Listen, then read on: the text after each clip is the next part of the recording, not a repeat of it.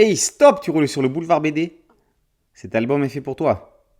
Tintin, le journal Tintin numéro spécial 77 ans. Chlorophylle et Minimum sont à la recherche d'un précieux trésor qui leur permettrait de se sustenter. Mais qu'est-ce donc ? On le découvrira en relisant l'hommage de la série mythique de Raymond Machereau, signé Herse et Dugommier, et qui fit pendant des années les beaux jours du journal Tintin.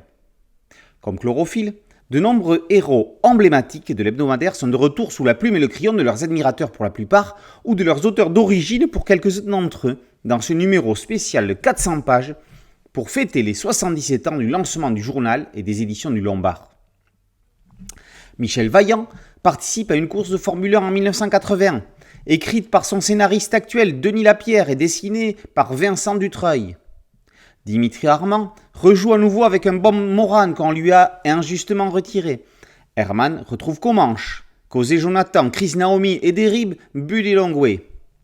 Grâce à Book, Jérôme Mouchereau rencontre Modeste et Pompon, Ricochet, Bernard Prince, Torgal et Séraphin Lampion. Rousseau est de nouveau à la reprise de Vasco et Rodrigue à celle de Cubitus.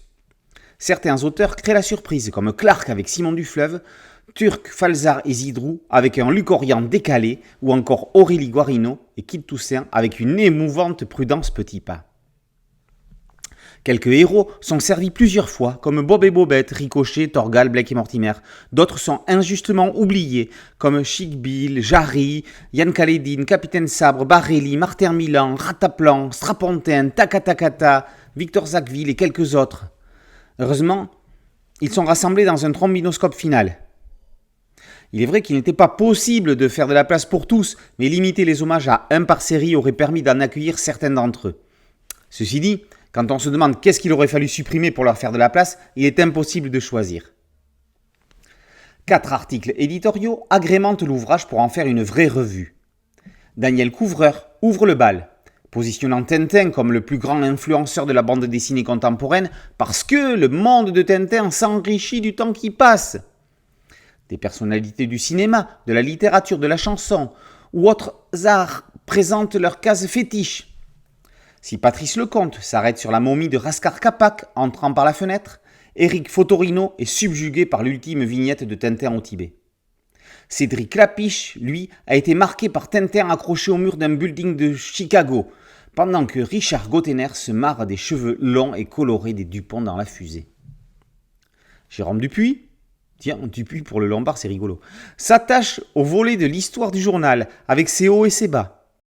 Anne-Claire Noro parle du rôle des femmes, qu'elles soient autrices ou héroïnes, avec notamment des interviews d'Alix Garin, trop jeune pour avoir participé au journal, et de Magda, qui publia avec Lamke les aventures de Gilles Roux et Marie Meuse, une des premières séries ouvertement écologiques. Enfin, dans Tintin ou la multiplication des genres, Julien Bisson revient sur les genres narratifs qui se côtoyaient dans l'hebdomadaire. L'aventure, avec Corentin ou Dan Cooper, l'histoire, avec le Chevalier Blanc, la science-fiction avec Rourke, le western sérieux comme Comanche ou humoristique comme Chic Bill, l'un des héros à la carrière la plus longue dans le journal, tout comme Ricochet dans le polar.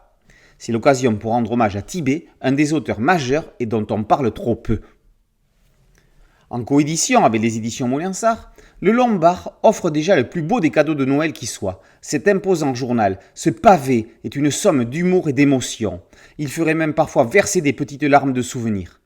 Reviens toutes les semaines, journal Tintin, on va bien s'occuper de toi, tout le monde t'attend impatiemment. Tintin, le journal des jeunes de 7 à 77 ans, collectif paru en coédition Le Lombard, Moulinsart, viennent paraître. Boulevard BD, c'est un site dédié, un podcast audio et une chaîne YouTube. Merci de liker, de partager et de vous abonner. A très bientôt sur Boulevard BD, ciao.